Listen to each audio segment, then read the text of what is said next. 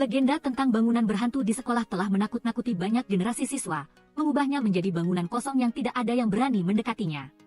Seorang guru wanita pemberani, ingin mengetahui kebenaran cerita itu, pergi sendiri ke bangunan itu di tengah malam. Dia awalnya berpikir bahwa seseorang menyebarkan desas-desus hantu untuk merusak reputasi sekolah.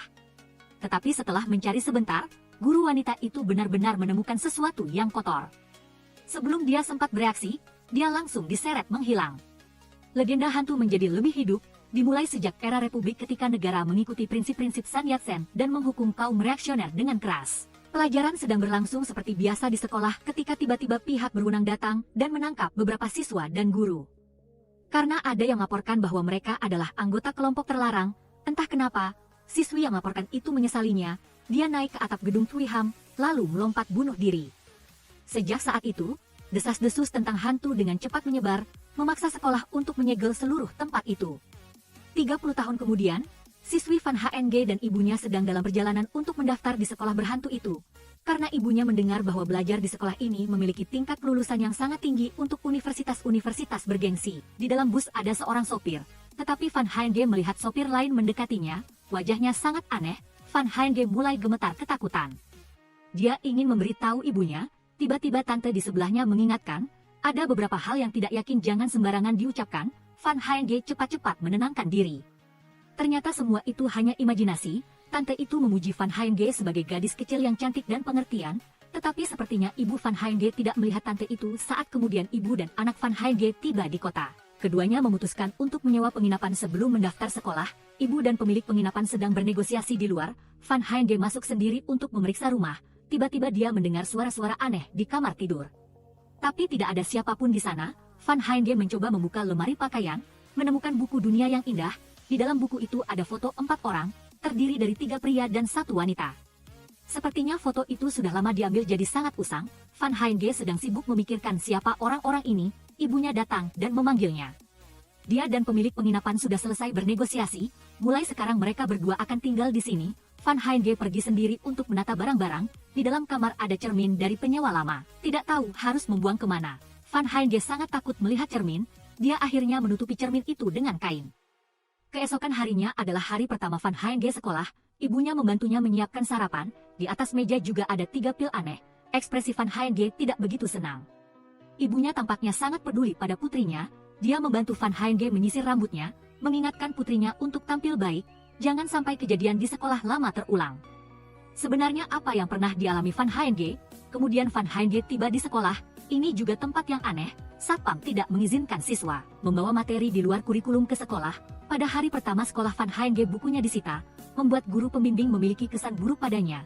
Kemudian guru pembimbing membawa Van HNG untuk masuk kelas. Setelah itu menanyakan kepada teman-teman. Van HNG ditempatkan di posisi kosong di kelas. Biasanya posisi kosong ada di meja belakang, tetapi sekolah ini memiliki aturan khusus. Meja belakang disediakan untuk siswa bermasalah. Mereka diidentifikasi dengan lencana yang dikenakan di leher, di mana hanya ada 1 karakter, hantu. Pada lencana itu, pekerjaan bersih-bersih semua dilakukan oleh siswa hantu. Selain itu mereka juga dijauhi oleh teman-teman sekelasnya. Ketua kelas berpesan kepada Van HNG, sebaiknya jangan berinteraksi dengan siswa-siswa hantu itu. Dia bingung tetapi setuju. Malam harinya, salah satu dari 2 siswa hantu itu, Vo LNG, sedang melakukan pekerjaan sukarela di kuil Cenghuang bersama orang tuanya. Vo LNG tidak menyukai pekerjaan sukarela semacam ini. Ayahnya langsung memarahinya. Hanya orang-orang terpilih yang memiliki kesempatan untuk melayani dewa. Ia mengingatkan putranya untuk tidak berbicara sembarangan di depan Cenghuang di masa depan. Ayahnya menyuruh Vo LNG membawa makanan untuk Lau Muin di rumah sakit. Dia pun terpaksa berangkat dengan kesal. Setibanya di sana Vo LNG mencari-cari dan akhirnya menemukan Lau Muin meringkuk di dalam kamar. Lau Muin bersembunyi ketakutan di balik selimut. Vo LNG harus membujuknya agar mau makan. Sambil makan ia mengamati sekeliling. Paman sedang mencari sesuatu. Lau Muin memberi isyarat kepada Vo LNG untuk berbicara pelan. Mereka ada di sekitar sini. Vo LNG tidak mengerti siapa yang dimaksud Lau Muin. Setelah dia selesai makan, Vo LNG kembali ke kuil. Dia mencuri uang dari kotak sumbangan, menganggapnya sebagai upah bekerja di sana. Lalu Vo LNG menyimpan uang curian itu di laci di kamarnya sendiri. Menunggu hingga cukup uang, dia akan meninggalkan sekolah aneh itu. Pagi harinya para siswa kembali ke sekolah. Ketua kelas mengajak Van HNG berkeliling, memperkenalkan area untuk siswa dan guru. Hanya gedung Twiham. Ketua kelas berulang kali mengajak Van HNG, jangan pernah mendekat ke sana. Van Haenge malah merasa penasaran sehingga memutuskan untuk pergi ke gedung Tui Ham untuk mencari tahu. Tempat itu sudah lama kosong sehingga kunci pintunya pun tidak kuat. Van Haenge masuk lebih dalam untuk memeriksa tetapi tidak menemukan sesuatu yang mencurigakan. Dia naik ke atap dan menghisap rokok, tiba-tiba seseorang muncul. Ternyata itu adalah siswa hantu Vo LNG. Van Haenge bertanya mengapa dia datang ke sini. Vo LNG merasa bahwa gedung Tui Ham adalah tempat paling damai di sekolah. Dia tidak harus menahan tatapan diskriminatif dari orang-orang di sekitarnya. Sebaliknya Vo LNG penasaran, seorang siswa baru pindahan seperti Van Haenge, tak disangka berani melanggar aturan dan datang ke area terlarang. Van Haenge adalah orang yang tidak suka aturan kuno karena dia pernah belajar di Inggris. Di sana masyarakat terus berkembang, jika tidak berubah akan tersingkir. Ini juga menjadi salah satu alasan mengapa Van Haenge kembali ke negaranya, meninggalkan pengalaman mendalam baginya. Tetapi siswa hantu sebenarnya apa? Vo LNG membantu Van Haenge menjawab, kami menurunkan prestasi kelas secara keseluruhan sehingga dimasukkan ke dalam daftar siswa bermasalah. Van Haenge tidak menyangka ada hal seperti itu, lingkungan ini memang terbelakang. Keduanya langsung akrab. Vo LNG tidak ragu mengungkapkan rencananya kepada Van Haenge. Dia sedang menabung uang untuk pindah ke sekolah yang lebih maju. Apakah kamu mau ikut? Keduanya tertawa gembira. Tiba-tiba Van Haenge teringat, sebentar lagi jam masuk kelas. Dia memberi Vo LNG sebuah pena sebagai hadiah kenang-kenangan. Keduanya merapikan diri lalu kembali bersama. Tiba-tiba seorang siswi muncul. Van Haenge dan Vo LNG buru-buru bersembunyi. Siswi itu juga memakai lencana hantu seperti Vo LNG. Dia menyeret kursi, berniat melompat dari atap. Van Haenge berlari untuk menghentikan siswi itu. Sebenarnya ada apa denganmu? Siswi itu melihat hantu di belakang Van Haenge. Tolong biarkan aku pergi. Dia melompat di tengah keheranan Van Haenge dan Vo LNG. Tahu pasti ada yang akan datang. Vo LNG buru-buru menarik Van Haenge melarikan diri. Sayangnya Van Haenge menjatuhkan obat yang dibawanya. Keduanya melewati tempat siswi itu jatuh. Tanpa sengaja Van Haenge melihat ada titik cahaya yang menyinari tubuhnya. Vo LNG tidak terlalu peduli, tidak bisa membiarkan orang lain tahu mereka datang ke sini. Keduanya berhasil melarikan diri dari gedung Tui Ham dan kembali ke sekolah. Tak lama kemudian Satpam dan kepala sekolah tiba di tempat kejadian, mengkonfirmasi siswi itu sudah meninggal. Kepala sekolah beranggapan bahwa ritual sebelumnya tidak berhasil. Meminta Satpam untuk menyiapkan ritual lain, dan juga harus menyembunyikan kasus ini, tidak membiarkan orang luar tahu. Satpam langsung setuju. Namun berita itu dengan cepat menyebar di sekolah. Ada yang beranggapan bahwa legenda hantu di gedung Tui Ham itu nyata. Ada juga yang berspekulasi lain. Siswi itu bunuh diri karena tekanan harus memakai lencana hantu. Mereka juga mengolok-olok siswi yang memakai lencana hantu di kelas, membuatnya sangat cemas. Van Haenge merasa tidak tenang. Dia bertanya kepada Vo LNG, apa arti perkataan siswi itu sebelum dia meninggal. Vo LNG menyemangati Van Haenge. Jangan terlalu banyak berpikir, dia memberi Van Haenge sebuah jimat.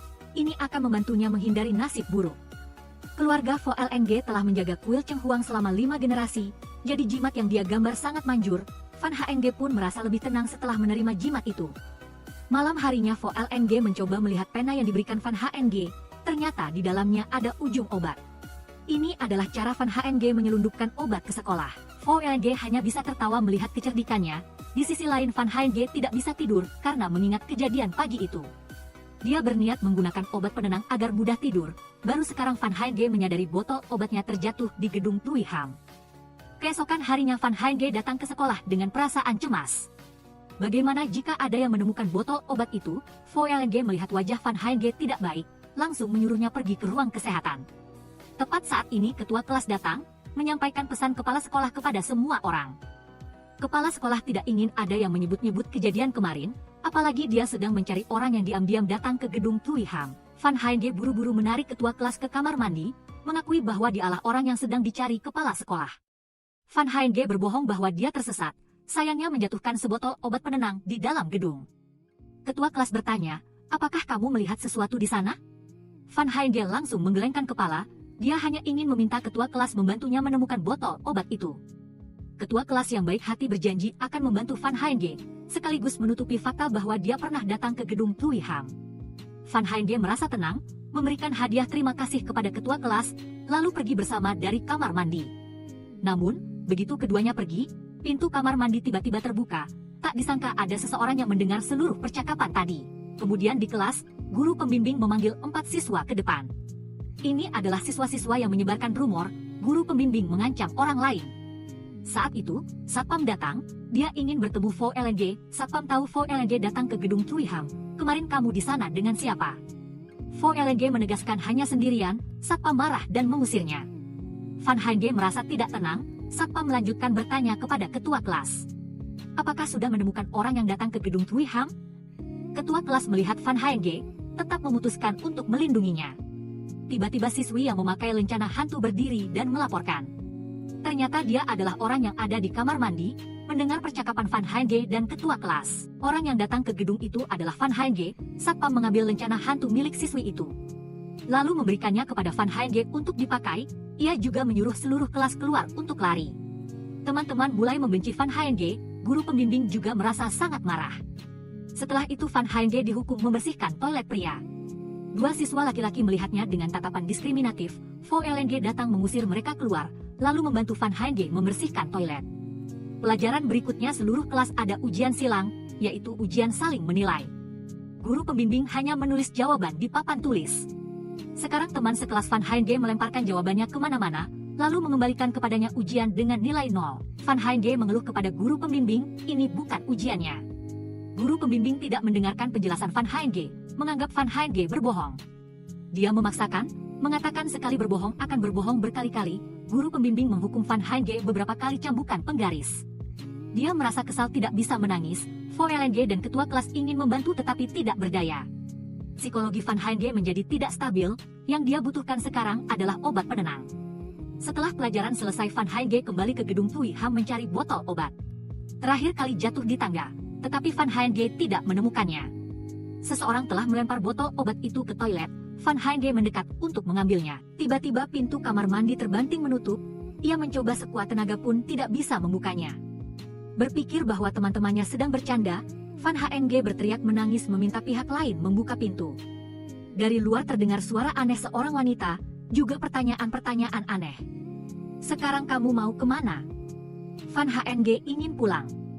Apakah itu benar-benar rumahmu? Apakah kamu bahagia tinggal di sana? Van Haenge teringat, ibunya di rumah selalu memaksakan, dia harus menjadi anak yang baik dan murid yang pintar. Jika ibunya tahu Van Haenge membuat kesalahan di sekolah, pasti tidak akan membiarkannya begitu saja. Apa yang bisa saya bantu? Van Haenge ingin guru pembimbing menghilang, perjanjian berhasil. Pintu kamar mandi pun terbuka secara otomatis. Van Haenge tidak melihat ada siapapun di luar, dia kembali ke rumah dengan kebingungan. Untungnya ibunya belum tahu Van Haenge membuat kesalahan di sekolah, dia tidur nyenyak di kursi. Van Haenge mengambil makanan sendiri, lalu naik ke tempat tidur dan menyelimuti diri untuk tidur. Tengah malam Van Haenge bermimpi aneh, dia berada di gedung Tuiham. Guru pembimbing datang mencari Van Haenge, tetapi tidak melihatnya. Setelah guru pembimbing masuk ke gedung, tiba-tiba Van Haenge mendengar teriakan keras. Dia berlari ke kamar untuk memeriksa, melihat guru pembimbing terikat dan kedua kakinya patah. Van Haenge sangat ketakutan, dia tidak ingin guru pembimbing menghilang dengan cara ini. Tiba-tiba di belakang Van Haenge terdengar suara, seorang siswi berambut pendek muncul, aku telah membantumu memenuhi keinginanmu, sekarang giliranmu memenuhi permintaanku. Van Haenge terkejut terbangun, melihat ibunya duduk di sampingnya. Tadi malam, ibunya menerima pesan suara dari guru pembimbing, memintanya datang ke sekolah. Untuk membicarakan kesalahan Van Haenge, saat ini ibunya tidak menunjukkan ekspresi apapun, membuat Van Haenge semakin ketakutan. Pagi harinya, ibu dan anak itu pergi ke sekolah bersama. Satpam menyambut ibu Van Haenge dengan hangat, mengapa bukan guru pembimbing? Satpam mengatakan bahwa guru pembimbing mengambil cuti beberapa hari, kebohongan itu langsung terbongkar. Ambulans membawa guru pembimbing keluar dari arah gedung Tuiham. Van Haenge melihat ekspresi terkejut di wajah guru wali kelas, mungkinkah mimpi semalam itu kenyataan? Satpam terlalu bodoh sehingga meminta pergi duluan. Hari ini ibu Van Haenge terpaksa datang tanpa hasil. Dia berpesan pada Van Haenge untuk belajar dengan giat, dan jangan melakukan apapun yang membuat ibu malu. Van Haenge pura-pura setuju. Tetapi sikap peduli ibunya tetap membuatnya takut. Karena guru wali kelas tidak bisa mengajar, jadi kelas Van Haenge diambil alih oleh guru pengganti, seorang guru yang sangat tampan. Selain itu, dia tidak peduli dengan detail kecil, guru itu mengabaikan beberapa aturan lama di sekolah, dan ingin Van Haenge melepas jimat iblis, mulai sekarang benda ini tidak akan muncul lagi di sini. Para siswa di kelas sangat terkejut, bahkan menunjukkan kegembiraan, mereka mulai bersimpati kepada guru baru. Lalu guru itu memperkenalkan dirinya, dia bernama THM Fen, putra kepala sekolah. THM ingin mengubah peraturan kuno yang ditetapkan ayahnya, agar THM ingin siswa menuliskan keinginan mereka di kertas. Semua orang sangat antusias, hanya Van Haenge yang terus berpikir keras, sebenarnya aku ini siapa? Siswi dalam mimpi itu menjadi obsesi Van Haenge. Sebenarnya pertanyaan yang ingin ditanyakan Van Haenge adalah, dia sebenarnya siapa? Setelah pelajaran usai, Van Haenge pergi ke rumah Vo Leng, membuatnya sangat senang. Vo Leng mengajak Van Haenge berjalan-jalan, dia menceritakan tentang mimpi buruknya baru-baru ini, sejak melihat siswi bunuh diri. Setiap malam Van Haenge bermimpi aneh. Apakah kamu percaya di dunia ini ada hantu atau tidak? Vo Leng malah bercanda dengan Van Haenge. Jika kamu takut ikut aku pulang untuk mengusir hantu. Keluarga Vo Leng sudah 5 generasi menjadi dukun, jadi dia sangat memahami ilmu jimat. Seperti yang kamu katakan, di dunia ini benar-benar ada hantu. Van Haenge menjadi khawatir, mengira siswi dalam mimpi adalah orang yang paling lemah. Dulu kakek Vo Leng bisa melihat hantu, tapi dia sudah meninggal beberapa tahun yang lalu. Saat ini Vo Leng juga belum mencapai tingkat kakeknya. Namun selain menggambar jimat, Vo Leng juga bisa membantu Van Haenge meramal. Mengetahui alasan hantu merasuki dirimu, akan mudah menemukan cara untuk mengusir mereka. Misalnya, jika hantu kekurangan uang, bakar lebih banyak kertas perak dan emas. Jika hantu lapar, berikan sesajen makanan. Jika dirasuki karena cinta, putuskan ikatan karma. Van Haenge tertawa geli, tak menyangka seorang dukun juga bisa begitu menarik.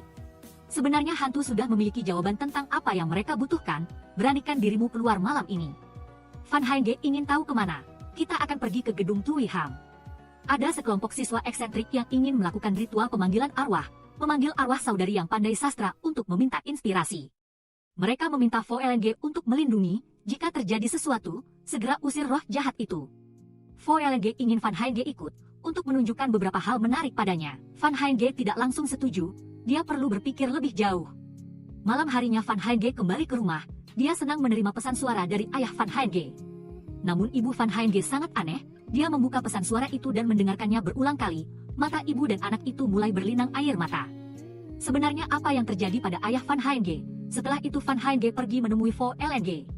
Dia sedang bersama sekelompok siswa eksentrik. Mereka bersiap memasuki gedung Tui Ham untuk melakukan ritual pemanggilan arwah. Vo Leng memberikan jimat kepada semua orang, mengulang kembali aturan lama, tidak boleh menyentuh bahu atau menyebut nama orang lain. Jika ada yang menyebut nama, cukup berdiri diam dan melihat, siapapun yang takut silakan pulang. Orang lain mengikuti Vo Leng masuk ke dalam gedung. Vo Leng membutuhkan waktu sebentar untuk persiapan. Tetapi hanya 3 orang yang berani berpartisipasi dalam ritual pemanggilan arwah.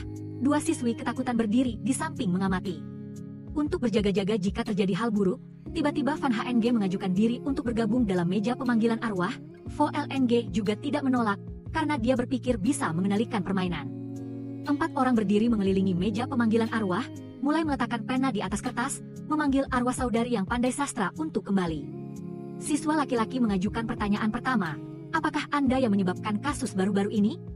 Pena melingkari kata, ya, tetapi sebenarnya itu dikendalikan oleh Vo Leng. Dia tersenyum senang pada Van Haenge, ini hanya untuk menakuti para siswa yang penakut. Siswi itu mengajukan pertanyaan berikutnya, sebenarnya apa yang ingin Anda lakukan? Kali ini pena hanya bergerak membentuk sebuah kalimat, aku ingin kamu membantuku. Vo Leng mulai bingung. Karena dia tidak mengendalikan, orang lain juga tidak. Van Haenge menyadari kalimat ini berasal dari siswi yang muncul dalam mimpi buruknya. Dia ingin tahu siapa lawan bicaranya. Pena bergerak sendiri ke arah Van Haenge, lalu menarik tangan semua orang dengan kuat. Van Haenge kejang-kejang dan jatuh ke tanah. Membuat semua orang ketakutan, semua orang melepaskan tangan mereka, seolah-olah di gudang sekolah, suara bergema di sekitarnya. Tolong bantu aku menyelesaikan keinginanku. Van Haenge ingin tahu siapa lawan bicaranya. Aku adalah kamu. Sebuah tangan terulur dari belakang kepala Van Haenge, mengingatkannya pada kenangan saat seluruh keluarga masih bahagia. Tiba-tiba Van Haenge dibangunkan oleh Vo Leng. Semua orang dalam perjalanan pulang Vo Leng meminta maaf kepada Van Haenge karena telah membuatnya jatuh ke dalam situasi ini. Dia menyarankan Van Haenge untuk pergi ke kuil pembersihan, tetapi hari ini dia sudah lelah, besok aku akan datang.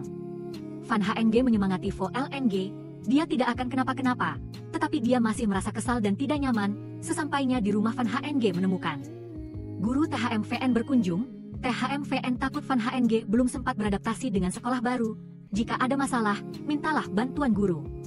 Van Haenge berterima kasih lalu menerima hadiah dari THM. Dia juga meminta izin untuk kembali, melihat buah dari hari-hari dia tidak bisa berada di sisi putrinya.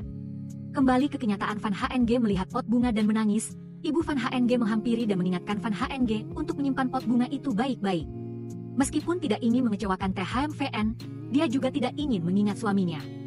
Alasan THMVN memilih pot bunga Van HNG adalah untuk mengenang sebuah perkumpulan puisi khusus wanita bernama Van HNG Hisa. THMVN menyarankan Van HNG untuk memilih jalur puisi, tetapi dia perlu memikirkannya. Di samping CD, ada catatan yang berharap Vo LNG akan menyukainya. Dia sama sekali tidak peduli. Menyimpan CD lalu kembali membantu ayah Vo LNG. Keesokan harinya Vo LNG mengikuti ayahnya ke sekolah untuk melakukan ritual. Teman-teman sekelasnya mengamati dengan penasaran, hanya Van HNG yang tetap duduk di tempatnya. Permohonan siswi hantu terus bergema di telinga, "Kamu pasti harus membantuku." Van HNG memutuskan untuk pergi ke gedung Tuiham. Di sisi lain, kepala sekolah datang menyapa ayah Vo LNG, lalu berdiri di samping mengawasi upacara. Ayah Vo LNG menunggu awan menutupi matahari. Baru saja mulai melakukan ritual, tiba-tiba gedung Tuiham menjadi gelap gulita. Ada darah menetes di tangan Van HNG. Dia mendongak melihat noda darah menyebar di seluruh dinding. Arwah-arwah bergentayangan di dalam gedung. Van HNG tidak takut mengejar arwah-arwah itu. Tiba-tiba ada iblis muncul di belakangnya. Iblis wanita diborgol tangan dan kakinya dengan karung menutupi kepalanya. Di depan Van HNG muncul lagi sekelompok prajurit iblis. Dia terjebak dalam posisi terjepit. Van HNG ketakutan ingin bersembunyi di kamar. Untungnya dia bisa mendobrak pintu, tetapi di dalam kamar juga tidak tenang. Piano bermain sendiri tanpa ada orang. Tiba-tiba ada darah menetes di piano. Diikuti dengan suara tepuk tangan yang renyah, Van HNG melihat ke arah sumber suara. Dia melihat sekelompok prajurit iblis lainnya. Mereka sedang mengejar siswi hantu. Dia ketakutan dan berubah menjadi arwah yang terbang keluar dari kamar. Van HNG segera mengejar. Arwah itu membawanya ke kamar lain. Kertas-kertas berserakan di lantai. Di tumpukan kertas ada secercah cahaya. Van HNG dengan hati-hati mendekat untuk memeriksa. Ternyata ini adalah Liontin Giok. Tepat pada saat ini siswi hantu muncul bersama iblis wanita. Dia didesak oleh iblis wanita ke pojok dinding. Van HNG merasa sangat ketakutan, buru-buru memungut Liontin Giok itu. Tak disangka, iblis wanita dan para prajurit iblis dipanggil oleh ayah Vo LNG. Dia ingin menggunakan arwah jahat untuk menelan arwah jahat, tetapi sayangnya malah diserang balik, menyebabkan mata patung dewa berdarah. Ritual itu tinggal langkah terakhir tetapi harus gagal. Ayah Vo LNG bersama kepala sekolah datang ke gedung Tuiham, menyegel tempat ini dengan jimat agar siswi hantu tidak terus menyakiti orang. Menunggu hari yang tepat untuk melakukan ritual pemusnahan, kepala sekolah merasa tidak senang tetapi harus menerima apa adanya.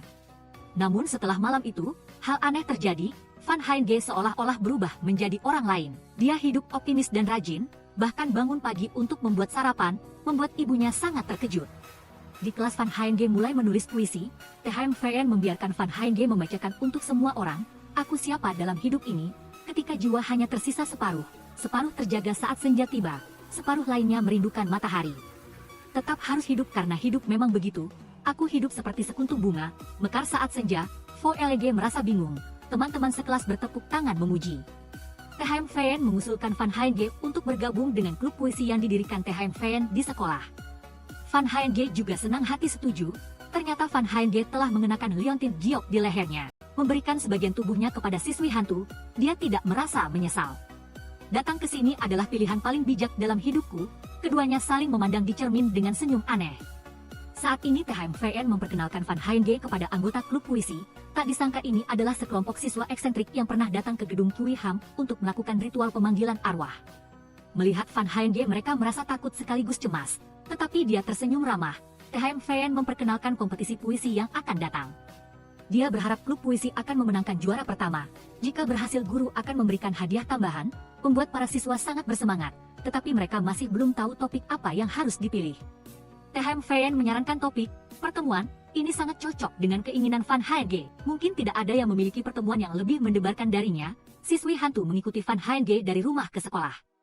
Lalu dari sekolah kembali ke rumah yang disewa Van HNG, juga tempat siswi hantu pernah tinggal. Dia menunjukkan kenangan-kenangannya kepada Van HNG. Siswi hantu pernah memiliki kehidupan yang bahagia bersama keluarganya. Dia membawa Van HNG ke lemari di kamar tidur. Di sini siswi hantu menyembunyikan sebuah kotak. Di dalam kotak itu adalah bukti bahwa dia pernah ada. Ada buku catatan yang khusus digunakan siswi hantu untuk menulis puisi. Van HNG juga membuat buku catatannya sendiri. Saat istirahat, Van HNG sedang sibuk menulis puisi. Tiba-tiba satpam datang menghampirinya. "Masih aturan yang sama?" tidak boleh melakukan apapun di luar program pendidikan sekolah. Satpam mengira Van Haenge ingin melanggar aturan, lalu membawa Van Haenge ke ruang hukuman pribadi, tanpa memberinya kesempatan untuk menjelaskan. Satpam menyuruh Van Haenge berdiri jongkok sampai berkeringat deras.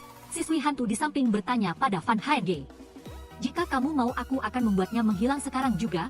Van Haenge malah menggelengkan kepala menolak. Untungnya THMVN datang menyelamatkan Van Haenge. Dia mengakui, "Puisi ini aku yang menyuruhnya menulis." Satpam tidak mau melepaskan. Dia mengingatkan THMVN bahwa dia adalah seorang guru, tidak boleh berkolusi dengan siswa untuk membuat kekacauan. Tepat pada saat itu kepala sekolah juga lewat. Dia menyarankan setiap orang untuk mundur selangkah. Satpam sedang berusaha melindungi peraturan sekolah, tetapi Anda juga ingin melindungi murid Anda. Gadis itu tidak melakukan kesalahan apapun. Kepala sekolah berada dalam posisi sulit, lalu meminta THMVN untuk membawa Van Haenge pergi duluan. Dia punya urusan yang perlu dibicarakan dengan Satpam. Siswi hantu yang berdiri di samping mengamati, kembali menatap kepala sekolah dengan tatapan aneh. THMVN membawa Van Haenge keluar. Dia mengingatkan Van Haenge, nanti jika ingin menulis puisi datang saja ke perpustakaan. Jika Satpam terus membuat masalah, datanglah menemui guru. Baik Van Haenge maupun siswi hantu sama-sama memiliki kesan baik terhadap THMVN. Dia mengingatkan Van Haenge untuk kembali ke kelas lalu pergi. Beberapa saat kemudian THMVN pergi ke kantor kepala sekolah untuk mencari ayahnya. Dia mengajukan draft peraturan baru. Lingkungan ini perlu diubah agar sesuai dengan tren modern. Kepala sekolah hanya melihat sekilas lalu mengembalikan kepada THMVN. Dia tetap bersikeras mempertahankan aturan-aturan kuno. Bahkan kepala sekolah ingin THMVN pergi kencan buta. Yang perlu dia ubah adalah memperluas jalan masa depannya, bukan peduli pada sekolah kecil. THMVN akhirnya menuruti ayahnya, pergi kencan buta dengan putri komisaris, tetapi dia harus kecewa. Putri komisaris adalah orang yang terobsesi dengan uang dan materi, tidak mengerti orang-orang seperti THMVN yang adalah seorang penyair. Begitu bertemu dengan pria-pria berstatus, putri komisaris langsung meninggalkan THMVN. THMVN sangat membenci wanita seperti itu. Tanpa menunggu wanita itu kembali, THMVN langsung berdiri dan pergi. Hanya ada satu orang yang membuat THMVN tertarik, yaitu Van Haenge. Puisi-puisinya semakin maju, membuat THMVN sangat puas. Dia tidak bisa menahan diri untuk tidak menggenggam tangan Van Haenge, tanpa sadar sedikit canggung. Siswi hantu menyemangati Van Haenge bahwa tidak apa-apa, THMVN adalah orang yang bisa dipercaya. THMVN merasa kagum, karya agung seperti itu sudah lama tidak muncul di sekolah. Mungkin dari 30 tahun yang lalu. Dan orang yang dimaksud THMVN adalah siswi hantu. Nama aslinya adalah Nuhan. 30 tahun yang lalu, Nuhan juga sama seperti Van Haenge, bertemu dengan seorang guru yang memiliki ideologi yang sama. Namun karena masalah keluarga yang tidak harmonis, orang tuanya bertengkar setiap hari. Nuhan dengan marah melemparkan buku puisi keluar di tengah hujan. Guru itu buru-buru berlari mengambil kembali buku puisi itu. "Kamu bisa curhat padaku, tidak perlu melampiaskan kemarahan pada karyamu yang berharga." Nuhan sangat bahagia karena ada orang yang menghargai dia dan karyanya. Akhirnya memutuskan untuk menaruh semua kepercayaannya pada guru. Lama-kelamaan guru dan murid itu bersama, melewati banyak hal bersama. Nuhan mulai jatuh cinta pada guru itu. Ada tambahan bumbu cinta. Puisi Nuhan semakin bagus, tetapi dalam cinta pasti akan muncul pengganggu. Dan pengganggu itu adalah Satpam. Kembali ke kenyataan, Van Haenge jatuh ke dalam lingkaran yang sama dengan Nuhan. Bahkan dia meminta izin tidak masuk kelas. Sepanjang hari pergi bersama THMVN untuk menulis puisi. Saatlah THMVN membantu Van Haenge memijat, lama-kelamaan pun timbul perasaan. Dan pengganggu itu muncul lagi, yaitu Satpam yang dulu. Nuhan menatapnya dengan mata penuh kebencian. Di sisi lain VLNG mencari ke gedung kosong. Menemukan jimat yang baru dipasang kemarin berlumuran darah, dia segera menggantinya dengan jimat lain, lalu membawanya pulang untuk dilaporkan kepada ayahnya. VLNG berpikir, ritual pengusiran iblis kemarin telah gagal. Ayahnya tahu itu, tetapi mereka juga sudah melakukan yang terbaik. Sisanya terserah takdir. Dia tidak ingin VLNG mengungkitnya lagi, membuatnya merasa kesal. Saat ini kepala sekolah tahu bahwa THMVN pergi dari kencan butanya. Bahkan sedang menjalin hubungan gelap dengan siswi. Dia menyalahkan THMVN, tetapi THMVN menemukan cara untuk membela diri. Dia mengeluarkan hasil babak penyisihan lomba puisi nasional. Van Haenge saat ini memimpin. THMVN ingin mendukung Van Haenge lebih banyak, agar dia bisa menjadi juara di babak tengah. Kepala sekolah terpaksa setuju, tetapi dia masih ingin THMVN meminta maaf kepada putri komisaris. Jangan sampai komisaris memperumit masalah ini. THMVN juga dengan senang hati berkompromi. Malam ini, Van Haenge akan menghadiri seminar puisi bersama THMVN. Dia berdandan sangat cantik, agar serasi dengan gurunya. Nuhan melihat Van Haenge.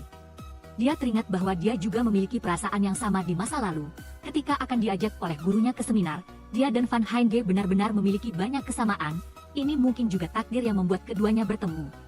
Malam harinya Van Heinge bersama THM datang ke seminar. THM memuji Van Heinge cantik dan membawanya untuk memperluas pengetahuannya. Ini adalah dunia orang dewasa. Ia memperkenalkan Van Heinge kepada penyair terkenal saat itu, juga dengan bangga memperkenalkan Van Heinge sebagai muridnya. Semua orang memuji bakat Van Heinge yang tak terbatas, membuat ia sangat senang. Tak lama kemudian THM membawa teh dan mengundang Van Heinge. Di sini tidak perlu mematuhi aturan orang tua. Van Heinge bisa minum dengan bebas. Kebetulan putri komisaris juga hadir di seminar itu. Ia mengenali THM, berpikir dia pria tua yang suka menggoda wanita muda. Putri komisaris maju untuk mencemooh. Ia mengingatkan THM tentang perilaku tidak sopannya yang lalu, tapi siapa sebenarnya yang tidak tahu malu? THM mencari alasan untuk membawa Van Heinge pergi, membuat putri komisaris sangat kesal. Kemudian THM mengantar Van Heinge pulang. Ia mengucapkan terima kasih atas hari yang menyenangkan ini. Van Heinge turun dari mobil dan pergi. THM teringat ada yang belum ia katakan dan mengejar Van Heinge. Ia ingin memberi Van Heinge hadiah. Ia sangat menyukainya tetapi tetap berpura-pura menolak. THM ingin Van Heinge menerimanya. Ini adalah hadiah karena ia berhasil masuk ke babak tengah. Van Heinge pun menerimanya agar sang guru senang. Huhan yang berdiri di samping teringat saat ia diberi hadiah oleh guru. Itu juga kali pertama Huhan kehilangan ciuman pertamanya. Tak lama kemudian keduanya kembali ke kamar tidur. Van Heinge senang dengan anting-anting barunya. Huhan ingin ia mencobanya. Van Heinge pun tak ragu memakainya. Awalnya terasa sakit sekali, tetapi ketika melihat sendiri keindahan anting-anting itu, Van Heinge sangat bahagia, dan sejak saat itu jiwa Van Heinge melayang-layang di awan. Ia benar-benar telah jatuh cinta pada gurunya. Saat ujian Van Heinge tidak sengaja salah menulis nama Huhan di lembar ujian. Sayangnya VLNG mengetahuinya. Van Heinge buru-buru mencoret dan menulis kembali namanya. Namun VLNG sudah teringat bahwa Huhan adalah nama yang terukir di makam yang sering dibersihkan oleh orang tua Nguyen. Menurut orang tua Nguyen, VLNG mengetahui Huhan adalah seniornya yang satu angkatan di atas dan juga seorang yang sangat pandai dalam puisi. VLNG menoleh hendak bertanya pada Van Heinge untuk memperjelas, tetapi ia menghilang tanpa suara, membuat VLNG semakin curiga. Setelah itu, VLNG mendatangi orang tua Nguyen, menanyakan riwayat Huhan. Orang tua Nguyen bersikap aneh, bersikeras tidak mau memberitahu VLNG. Ia pun terpaksa menyelidiki sendiri. VLNG kembali ke sekolah, mencari daftar siswa angkatan sebelumnya. Ia benar-benar menemukan Huhan, tetapi wajahnya telah ditutupi. Semua foto yang menampilkan Huhan dihitamkan, membuat VLNG merasa bingung. Ia juga menemukan sebuah artikel berita yang menceritakan tentang kasus bunuh diri seorang siswi 30 tahun yang lalu. Dengan membandingkan dengan foto Huhan, VLNG menemukan kesamaan, yaitu kalung giok di leher Huhan. Kebetulan itu juga kalung yang dipakai Van Heinge. VLNG segera mencari Van Heinge, tetapi ia tidak ada di kelas. VLNG teringat satu tempat yang mungkin dituju Van Heinge, yaitu gedung Thuy Ham. Ia berlari langsung ke gedung Thuy Ham, melihat Van Heinge sedang duduk merokok sendirian di sana. VLNG langsung menerkam untuk merebut kalung giok.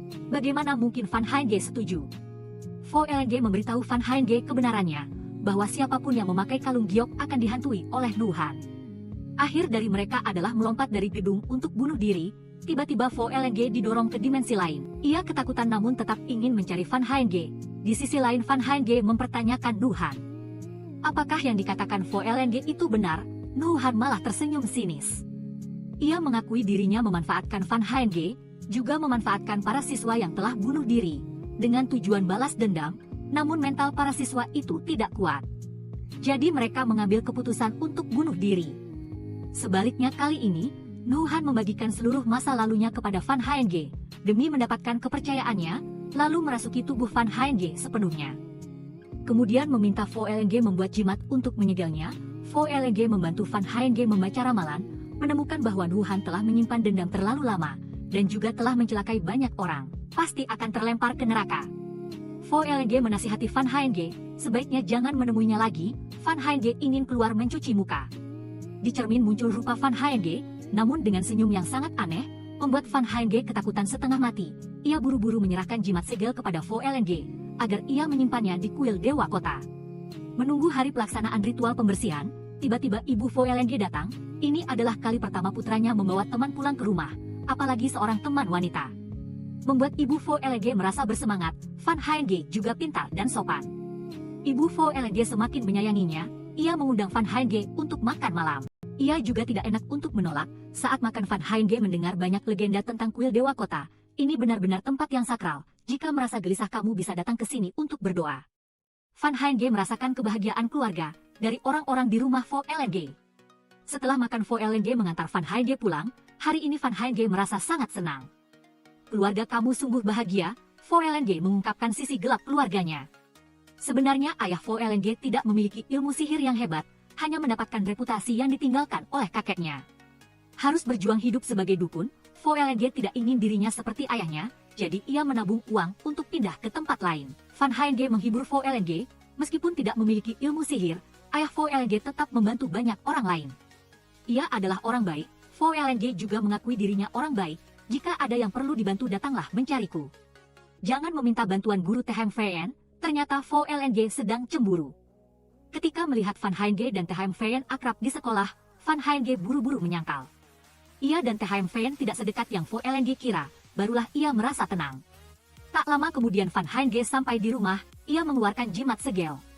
Tak disangka Van Henge diam-diam menukar batu dengan kalung giok untuk mengecoh Vo Leng. Van Henge menyimpan jimat segel giok itu di laci, untuk berjaga-jaga suatu hari nanti membutuhkannya. Keesokan harinya, kelas kembali berganti guru. Karena Thm Phen akrab dengan seorang siswi, merusak peraturan sekolah. Kepala sekolah mengirim satpam ke kelas, untuk membantu siswa memperkuat peraturan. Satpam mulai mengintimidasi siswa dengan aturan-aturan kuno. Siapapun yang tidak patuh akan langsung dikeluarkan dari sekolah, ia juga membawa sebuah kertas jimat kembali. Memaksa Vo Leng dan Van Henge untuk memakainya, satpam bahkan mencemooh Van Henge. Semua ini karena ulahnya, membuat Van Henge sangat membencinya. Di sisi lain Thm Phen mendatangi kepala sekolah, menanyakan alasan ia membiarkan satpam menjadi guru. Kepala sekolah mengatakan bahwa semua ini disebabkan oleh kedekatan Thm Phen dengan siswi. Kepala sekolah ingin mengembalikan semuanya ke posisi semula, tetapi dia adalah satu-satunya harapan untuk memenangkan penghargaan bagi sekolah kita. Kepala sekolah tahu itu, tetapi sastra akan membawamu sejauh mana. Mengapa kamu tidak memikirkan putri komisaris saja? Thm Phen sangat marah, tetapi tidak bisa membantah kepala sekolah. Ia memutuskan untuk membuktikan dengan prestasi. Setelah itu Thm Phen kembali mengajak Van Henge menulis puisi.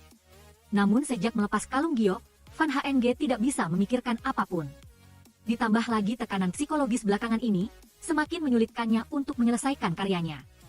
Thm Phen tetap menyemangati Van Henge untuk berusaha. Ia adalah satu-satunya harapan bagi keduanya untuk membuktikan, guru Trng bisa menyelamatkan jiwa yang tersesat. Tapi Van Henge ingin mengundurkan diri. Ia bertanya pada Thm Phen, bagaimana jika orang yang dulu bukanlah dirinya? Saya tidak seberbakat yang guru kira, apakah guru masih akan peduli? Thm Phen tak berdaya menceritakan semua kesedihan di hatinya. Ia sebenarnya adalah orang yang lemah, tidak percaya diri dan kuat seperti penampilannya, alasannya semua yang Thm Phen ketik. Semuanya diberikan oleh orang lain, ia bukan siapa-siapa di dunia ini. Van Henge bersimpati dengan perasaan Thm Phen, ia menggenggam tangannya untuk menghibur gurunya. Tiba-tiba Thm Phen mendekat dan mencium bibir Van Henge untuk pertama kalinya sehingga ia tidak tahu bagaimana harus bereaksi dengan benar. Tiba-tiba terdengar suara dari luar, Thm Phen segera pergi memeriksa. Van Henge sulit digambarkan, bahkan saat di rumah ia masih teringat ciuman dengan Thm Phen. Ia tidak ingin mengecewakan gurunya, berusaha menulis puisi yang sempurna. Tanpa sengaja Van Henge melihat ke cermin, wajah aneh itu muncul lagi dan berkata, ia tidak akan bisa menulis apapun. Van Henge ketakutan mengambil kain untuk menutupi cermin, lalu kembali duduk di meja untuk menulis, tetapi terus menulis dan menghapus. Van Henge merasa tak berdaya, ia teringat buku catatan puisi Nuhan, ingin mengambilnya untuk mencuri ide. Tetapi Van Henge teringat kejadian sebelumnya, ia juga pernah menjiplak puisi orang lain. Hasilnya ketahuan oleh guru pemeriksa, untungnya Van Henge hanya dicabut gelarnya dan masalah ini diabaikan. Tapi ibu Van Henge tidak bisa menerimanya, ia merasa sangat kecewa. Bahkan sang ibu menampar Van Henge di depan teman-temannya, membuat ia sangat malu. Itu sebabnya Van Henge pindah sekolah, kembali ke kenyataan Van Henge tidak ingin hal itu terulang. Ia pun menyimpan buku puisi Nuhan, Van Henge memikirkan cara terakhir, ia mengambil jimat segel giok di laci. Namun setelah beberapa saat ragu, Van Henge tetap memutuskan untuk tidak membukanya. Keesokan harinya Van Henge datang ke sekolah, Thm Phen kembali ingin mengajaknya pergi menulis puisi. Van Henge ingin menolak, mengatakan bahwa ia tidak bisa melanjutkan menulis. THM masih menaruh harapan padanya, tetapi Van Haenge langsung berbalik dan pergi, membuat THM sangat bingung. Setelah itu Van Haenge kembali naik ke atap gedung Tui Ham. Ia membuka segel dan mengeluarkan giok, ingin tahu di mana Nuhan sekarang. Van Haenge ingin curhat padanya, Nuhan berdiri di sudut tetapi tidak menjawab. Wajahnya sangat sedih, tepat saat Van Haenge datang. Van Haenge buru-buru memasukkan giok ke dalam tas, lalu segera meninggalkan gedung Tui Ham. VLNG melihat Van Haenge terlihat aneh, dengan cepat mengejar Van Haenge. Ada apa sebenarnya? Van Haenge merasa tertekan. Karena tidak bisa melanjutkan menulis puisi, jika tidak bisa menulis, jangan menulis lagi. Van Haenge mengatakan ada hal-hal yang tidak bisa ia pahami. Van Haenge tahu betul itu karena THM. Kalau memang pandai, suruh saja guru itu menulis sendiri, kalau tidak biarkan aku yang menulisnya. VLNG membacakan beberapa puisi gombalan di internet, membuat Van Haenge tanpa sadar tertawa. Ia berjanji akan memikirkan tawaran VLNG, barulah ia tenang membiarkan Van Haenge pergi. Setelah itu VLNG mendatangi THM, meminta ia untuk tidak memaksa Van Haenge melanjutkan menulis puisi, kalau memang pandai, guru lakukan saja sendiri. THM beralasan membantu siswa mencapai prestasi yang baik, agar masa depan mereka cerah seperti dirinya. VLNG langsung membongkar kebohongannya, THM bahkan belum pernah menerbitkan puisi yang benar-benar bagus. Ia hanya ingin memanfaatkan siswa untuk terkenal, tetapi tidak ada satupun teman sekelas yang percaya VLNG. THM berpura-pura tidak peduli dengan siswa yang pergi, membuat VLNG merasa kesal. Di sisi lain, Van Haenge masih terus menulis puisi, tetapi seberapa keras pun ia berusaha, tetap tidak ada kemajuan. Ia mengamati giok di tangannya, apakah ia harus meminta bantuan Nuhan? Tiba-tiba terdengar suara di kamar, Van Haenge dengan hati-hati melangkah untuk memeriksa. Sebuah kotak buku tumpah, tak disangka di dalamnya semua adalah kumpulan puisi THM. Ini adalah buku yang dikembalikan oleh penerbit. Setelah membacanya Van Haenge sangat terkejut. Saat ini, komisaris langsung datang ke sekolah untuk bertanya kepada kepala sekolah. Kepala sekolah membawa THM untuk meminta maaf kepada komisaris. Karena perilaku tidak sopannya saat kencan buta dengan putrinya, komisaris adalah orang yang berlapang dada. Ia tidak mempermasalahkan THM soal ini. Kamu sendiri saja yang datang meminta maaf kepada putriku. THM pun dengan senang hati menyetujuinya. Namun sikapnya tidak sesuai dengan keinginan komisaris. Kepala sekolah mengajak komisaris berkeliling sekolah, lalu mengundangnya ke ruang minum teh. Kepala sekolah ingin meminta bantuan komisaris untuk mengembangkan ekonomi kota. Komisaris berjanji akan membantu sesuai kemampuannya, dan juga harus melihat bagaimana penampilan tempat ini. Kepala sekolah mengerti maksudnya dan meminta THM membuat teh. Namun ia menolak dengan alasan sudah waktunya les tambahan. Kepala sekolah marah tak bisa berkata-kata. Komisaris kembali teringat pada siswi yang membuat THM terkesima. Saya ingin tahu anak perempuan itu orang seperti apa. THM tidak setuju komisaris bertemu Van Haenge. Ia juga tidak ingin melanjutkan pembicaraan dengan kepala sekolah. Komisaris berdiri meminta izin untuk kembali, tepat saat satpam masuk. Hendak mengumumkan hal penting, tetapi melihat komisaris di sana jadi tidak jadi berbicara. Kedua belah pihak berbicara basa-basi, komisaris melanjutkan perjalanannya. Setelah itu satpam duduk dan bercerita kepada kepala sekolah. Kepala sekolah ingin memarahi THM terlebih dahulu. Mengapa kamu harus melakukan itu? THM ingin menunjukkan kepada semua orang. Ia tidak mudah menyerah. Ia langsung pergi, membuat kepala sekolah sangat marah. Tak lama kemudian THM pergi ke perpustakaan mencari Van Haenge. Ia berkata kepada THM ia sendiri tidak ingin melanjutkan menulis puisi. Van Haenge menemukan, THM juga tidak memiliki bakat puisi. Itu sebabnya kumpulan puisinya dikembalikan. THM masih tidak mau mengakui. Van Haenge membawanya melihat bukti, aku dan guru sama. Sama-sama orang yang tidak berbakat. THM marah karena perkataannya tepat mengenai sasaran. Bersikeras memaksa Van Haenge untuk tetap tinggal menulis puisi. Sikapnya menjadi agresif. Membuat Van Haenge merasa takut. THM menjadi buas. Ia mendorong Van Haenge ke meja. Rambutnya lepas dan roknya melorot. Van Haenge menangis meminta tolong. THM bahkan belum sempat melepas celananya. Tiba-tiba lampu padam. Nuhan muncul di sudut. THM buru-buru mengejarnya. Namun Nuhan tidak dapat ditemukan. Ketika kembali, Van Haenge juga menghilang. Membuat THM sangat panik. Sesampainya di rumah Van Haenge mandi bersih-bersih. Agar semua kotoran hari ini hilang. Ia mulai depresi. Melihat Van Haenge seperti itu. Hantu seperti Nu Han tiba-tiba meneteskan air mata. Keesokan harinya Van Hng tidak masuk kelas, membuat Vo Lng merasa gelisah. Ia datang ke rumah mencari Van Hng, tapi ia bersembunyi di kamar dan tidak mau keluar, membuat ibunya sangat khawatir. Di kamar Nu Han berbicara kepada Van Hng. Kamu tidak bisa bersembunyi seperti ini selamanya. Tapi Van Hng masih belum tahu harus berbuat apa. Kalau begitu, buatlah orang-orang yang mencelakaimu membayar harganya. Nu Han berjanji akan membantu Van Hng. Tahun itu Nu Han juga dianiaya oleh guru di sekolah. Tapi anak perempuan yang lemah tidak bisa melawan. Nu Han hanya tahu mencari jalan untuk bunuh diri. Namun sekarang Van Hng berbeda. Ada hantu yang kuat seperti Nu Han yang membantu. Pasti ia bisa membalaskan dendamnya. Van Hng setuju dengan tawaran Nu Han. Keesokan harinya Van Hng kembali ke sekolah. Tepat saat menerima kabar bahwa karyanya menduduki peringkat pertama di ujian tengah semester. Editor kepala ini menanyakan perasaan Van Hng, tapi ia tidak punya apa-apa untuk dikatakan. THMVN mengerti perasaan Van Hng saat ini. Jadi ia menggantikannya menjawab wawancara editor kepala. Van Hng kembali menatapnya dengan tatapan penuh kebencian. Saat difoto pun ia berusaha menghindar. Tekanan membuat Van Hng pingsan di koridor. Dalam mimpinya, Van Hng melihat dirinya berada di gedung Tui Ham, bersiap melompat ke tempat Nu Han bunuh diri. Tak lama kemudian Van Hng sadar, menemukan dirinya telah dibawa pulang. Kalung gioknya sudah tidak ada lagi. Van Hng segera mencarinya. Seorang pria membuka pintu dan masuk. Bertemu kembali dengan ayahnya membuat Van Hng sangat terkejut. Keduanya duduk dan berbicara dari hati ke hati. Sang ayah ingin tahu apa yang telah dialami Van Hng. Mengapa kamu terlihat begitu lesu? Van Hng memeluk ayahnya dan menangis. Sekarang bukan waktunya untuk menceritakan kesengsaraan. Sang ayah juga menepuk-nepuk dan menghibur Van Hng. Setelah itu sang ibu menyiapkan makan malam untuk seluruh keluarga. Saat sedang makan dengan gembira, sang ibu tiba-tiba menyebut THMVN, bagaimana dengan guru yang memberimu pot bunga tempo hari? Van Hng langsung berhenti tersenyum. Ayahnya menanyainya tentang kejadian di sekolah. Makan malam bahagia Van Hng berubah menjadi tekanan.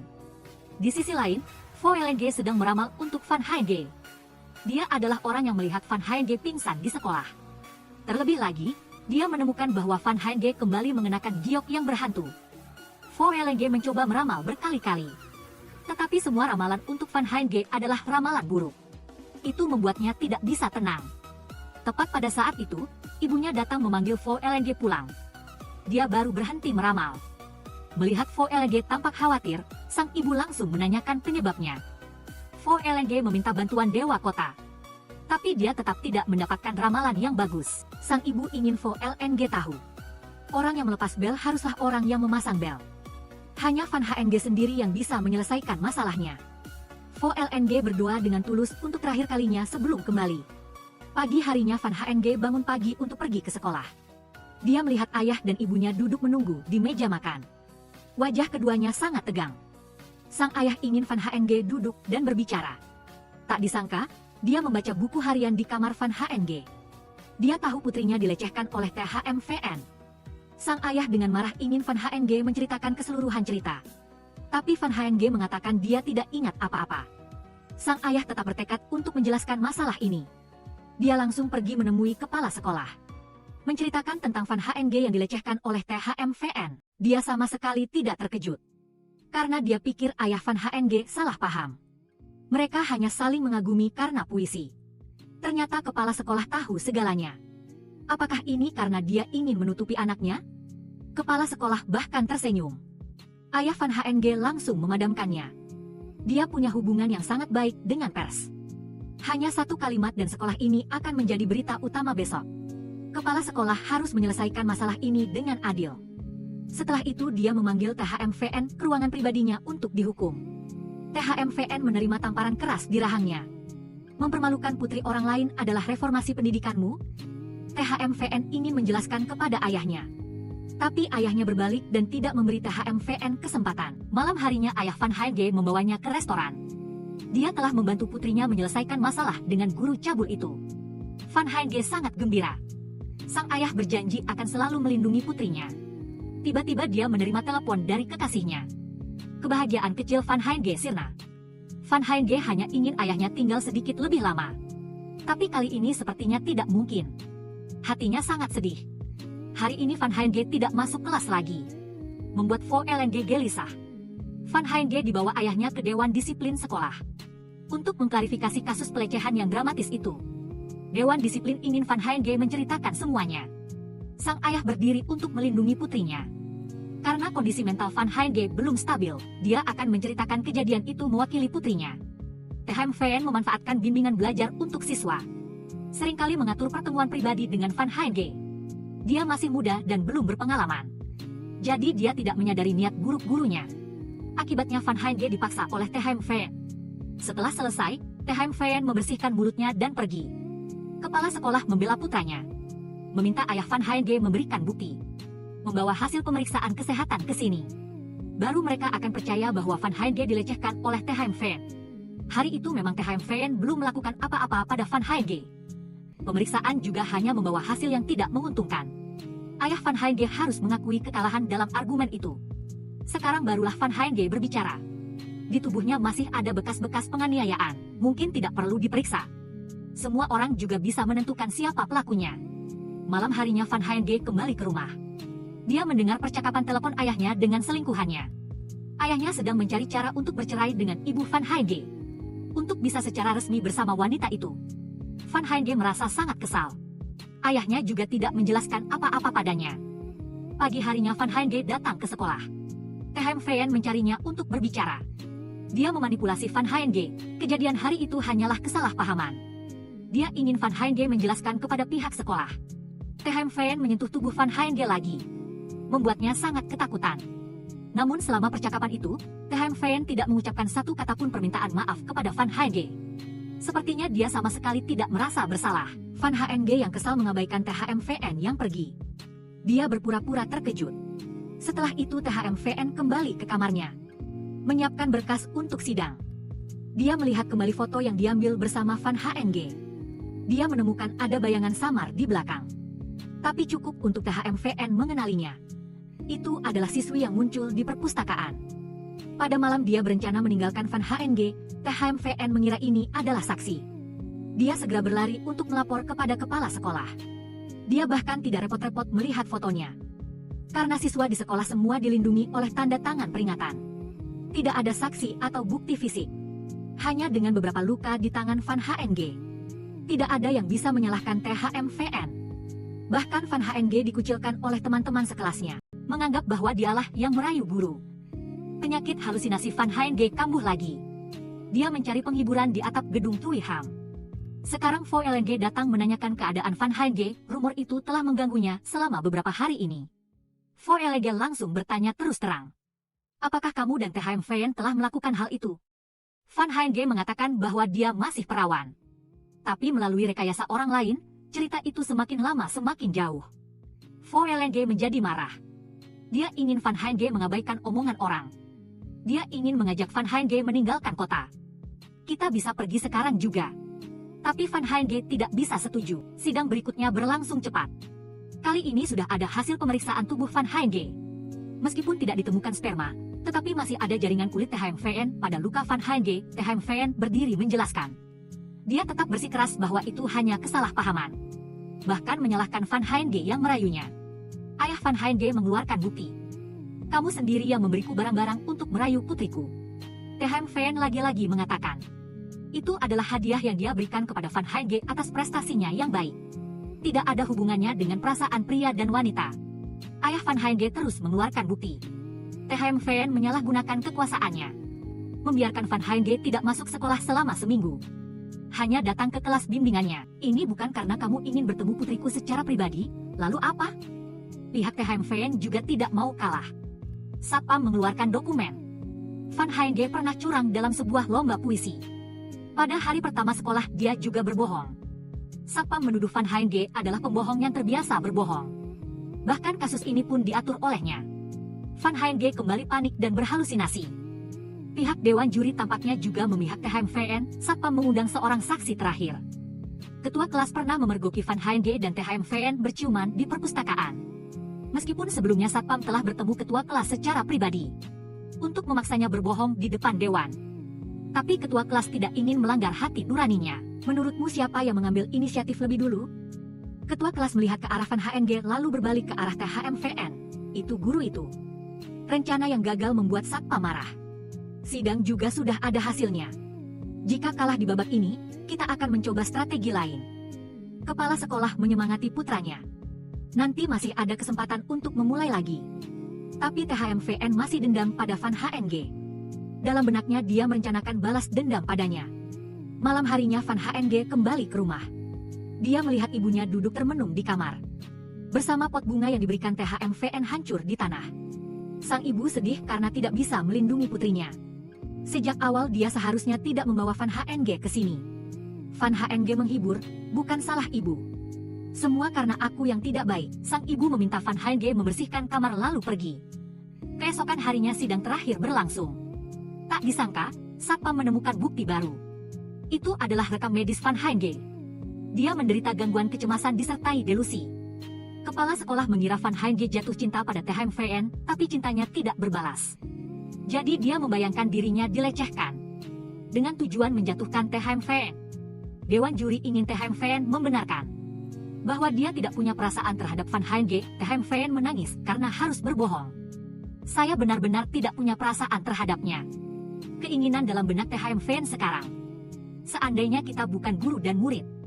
Van HNG sepertinya mendengar keinginan itu. Dia pun tanpa sadar meneteskan air mata. Sidang selesai. THMVN dinyatakan tidak bersalah. Kepala sekolah sangat gembira. Tapi THMVN tidak merasa senang. Dia bertanya pada dirinya sendiri. Siapa aku sebenarnya dalam hidup ini? Bahkan kebahagiaanku sendiri tidak bisa aku pertahankan.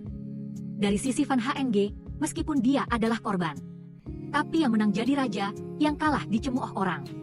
Tatapan diskriminatif teman-teman sekolah semua tertuju pada Van HNG, membuatnya tidak tahu harus menghindar kemana. Vo LNG melewati Van HNG. Hanya meninggalkan selembar kertas di tangannya. Malam itu sang ayah sangat marah. Begitu sampai di rumah langsung ingin pergi. Van HNG bersembunyi di kamar. Membaca selembar kertas yang diberikan Vo LNG, dia menjanjikan pertemuan dengan Van HNG di bus terakhir. Keduanya akan melarikan diri ke kota lain. Van HNG pergi ke tempat pertemuan. Tepat bertemu dengan bus terakhir. Tapi Vo LNG masih belum muncul. Van HNG memutuskan untuk pergi ke kuil Chenghua mencarinya. Di sana dia menemukan giok berhantu yang disembunyikan Vo LNG. Van HNG terharu dan menangis. Karena dia tahu hanya Vo LNG yang benar-benar peduli padanya. Setelah itu Van HNG kembali ke rumah. Membawa giok berhantu itu. Nuhan sekali lagi menyarankan Van HNG untuk bangkit membalas dendam. Tapi dia sudah punya keputusannya sendiri. Van HNG masuk ke kamar mandi. Mengisi bak mandi penuh air. Dia merendam dirinya lalu memotong pergelangan tangannya. Membuat air dan darah berubah menjadi merah. Nuhan tidak bisa membiarkan Van HNG mati sia-sia. Dia meminjam tubuh Van HNG, membuat Van HNG tiba-tiba membuka matanya dan terbangun. Mengenai kemana perginya Vo LNG. Ternyata setelah memberikan kertas itu kepada Van HNG, Vo LNG secara kebetulan bertemu THMVN di koridor. Dia tidak tahu cara bertobat. Bahkan menjelek-jelekan Van HNG di depan para siswa. Vo LNG tidak tahan dan menyerang THMVN. Meskipun dia memukuli THMVN dengan sangat parah, tetapi dia juga diborgol di sekolah. Sampai waktu janji dengan Van HNG, Vo LNG berjuang melepaskan diri. Satpam menunggu orang tua Vo LNG datang untuk meminta maaf. Baru dia setuju untuk melepaskannya. Sang ayah ingin Vo LNG meminta maaf kepada THMVN. Agar dia tidak mengajukan laporan polisi, Vo LNG bersikeras tidak setuju. Mengapa aku harus meminta maaf kepada sampah seperti dia? Ayah Vo LNG berlutut memohon atas nama putranya. Membuat Vo LNG merasa malu. Tapi THMVN menunjukkan sikap sombongnya. Apakah akan melapor atau tidak, aku masih harus mempertimbangkannya. Orang tua Vo LNG membawa Vo LNG pulang. Di jalan sang ayah bertanya pada Vo LNG, apakah kamu sangat malu padaku, kan? Sang ayah tidak sehebat kakeknya. Jadi dia terpaksa hidup dalam kepatuhan. Jika nanti Vo LNG tidak ingin menderita seperti ayahnya, dia perlu berusaha sangat keras. Di sisi lain, THMVN pulang. Kepala sekolah juga tahu dia dipukuli. Tapi kepala sekolah ingin THMVN berbaik hati kepada keluarga Vo LNG. Bagaimanapun juga keluarga itu adalah dukun terkenal di daerah tersebut. Bahkan kepala sekolah masih membutuhkan bantuan mereka untuk beberapa hal. Ancaman seperti itu sudah cukup. THMVN pun akhirnya setuju untuk mengabaikannya. Satpam yang sudah selesai tugasnya juga meminta izin pulang. Taehan Fen tidak suka satpam. Kepala sekolah menghormatinya tetapi masih merencanakan untuk menghadapinya. Di sekolah, satpam adalah orang yang paling kolot dan terbelakang. Karena dia sudah mengakar di sini selama lebih dari 30 tahun. Kepala sekolah memberikan dokumen reformasi kepada Taehan Fen. Dia ingin mengubah seluruh kota. Bukan hanya sekolah. Saat itu orang yang tidak mengikuti tren seperti satpam akan disingkirkan. Akhirnya Taehan Fen mengerti apa yang diinginkan ayahnya. Dia berjanji akan menuruti kepala sekolah. Saat ini Vo Lng sudah sampai di rumah. Dengan tergesa-gesa mengemasi barang-barang. Lalu mengayuh sepeda ke tempat pertemuan dengan Van Hng, tapi dia sudah tidak ada di sana lagi. Di sisi lain, Van Hng mengosongkan semua darahnya. Mandi bersih-bersih lalu berganti pakaian. Dia memakai kalung giok di lehernya. Seolah-olah berubah menjadi orang yang berbeda. Van Hng memulai rencana balas dendamnya. Dengan bantuan hantu Nuhan. Sekarang Van Hng adalah satu kesatuan jiwa ganda. Nuhan ingin Van Hng melihat masa lalunya. Setelah itu Nuhan membawa Van Hng kembali ke 30 tahun yang lalu. Van Hng terus mengulang satu tindakan. Sampai dia melakukannya persis seperti Nuhan baru berhenti. Saat ujian, Van Hng tidak tahu nama siapa yang harus ditulis di kertas. Membuat lingkaran kembali ke titik awal. Saat itu Van Hng bertemu dengan seorang siswa laki-laki kurus yang bersembunyi di gudang. Siswa laki-laki ini adalah orang tua Nguyen saat masih muda. Van Hng mengira gudang itu menyimpan suatu rahasia. Jadi dia kembali ke sini untuk memeriksa. Dia menemukan guru wanita diam-diam memberikan sebuah kotak kepada Nguyen muda. Dia buru-buru menyimpannya di saku lalu pergi. Wajah guru wanita sangat cemas. Pasti kotak itu berisi sesuatu yang penting. Sekarang meskipun sudah tua, di benak orang tua Nguyen masih teringat percakapan hari itu. Nuhan berjanji akan mengajari orang tua Nguyen membuat puisi. Dia tidak terbangun. Masih mendengar suara Nuhan memanggil di sekitarnya. Saat ini Vo Lng menemukan. Giok berhantu telah menghilang. Dia khawatir sesuatu terjadi pada Van Hng. Jadi dia buru-buru pergi mencari. Di sisi lain, Nuhan sedang hidup sebagai Van Hng. Sang ibu bertanya-tanya mengapa putrinya terlihat sangat aneh hari ini. Nuhan berbicara kepada ibu Van Hng, "Kaulah yang membuat putrimu jadi seperti ini." Nuhan mengiris perut boneka beruang dengan pisau. Sama seperti yang pernah dilakukan sang ibu di depan Van Hng, tiba-tiba muncul hantu tanpa mata. Menakut-nakuti sang ibu hingga ketakutan. Dia menyadari, ini adalah bentuk Van Hng saat kecil. Sang ibu bingung tidak tahu apa yang terjadi. Dia hanya bisa menangis meminta maaf kepada Van Hng, tapi Nuhan tidak mau memaafkan. Karena sekarang sudah terlambat untuk meminta maaf. Beberapa saat kemudian Vo Lng datang ke rumah mencari Van Hng. Dia melihat ibu Van Hng masih duduk di sudut. Dia terus-menerus meminta putrinya dikembalikan. Membuat Vo Lng sangat bingung. Vo Lng curiga itu karena hantu yang membuat masalah. Dia segera membawa ibu Van Hng kembali ke kuil Cheng Huang. Orang tua Vo Lng ingin tahu apa yang terjadi. Vo Lng menceritakan kisah hantu Nuhan yang sekarang merasuki tubuh Van Hng. Sang ayah tidak ingin Vo Lng ikut campur dalam masalah ini. Hantu apapun bisa diusir, kecuali hantu Nuhan. Karena untuk menekan hantu itu, kakeknya pun kehilangan ibunya. Kita tidak bisa berbuat apa-apa. Vo Lng ingin mendengar seluruh cerita Nuhan. Sang ayah menceritakan. 30 tahun yang lalu sekolah tiba-tiba digeledah tentara. Karena mereka mengira ada pemberontak yang bersembunyi. Ada rumor bahwa yang melaporkan adalah Nuhan. Ini membuatnya dikucilkan oleh teman-teman sekolahnya. Untuk membalas dendam, dia menyebarkan desas-desus. Nuhan memiliki hubungan dengan seorang guru. Dia tidak tahan dengan tekanan dan akhirnya bunuh diri. Aura kebencian di dalam diri Nuhan terlalu kuat.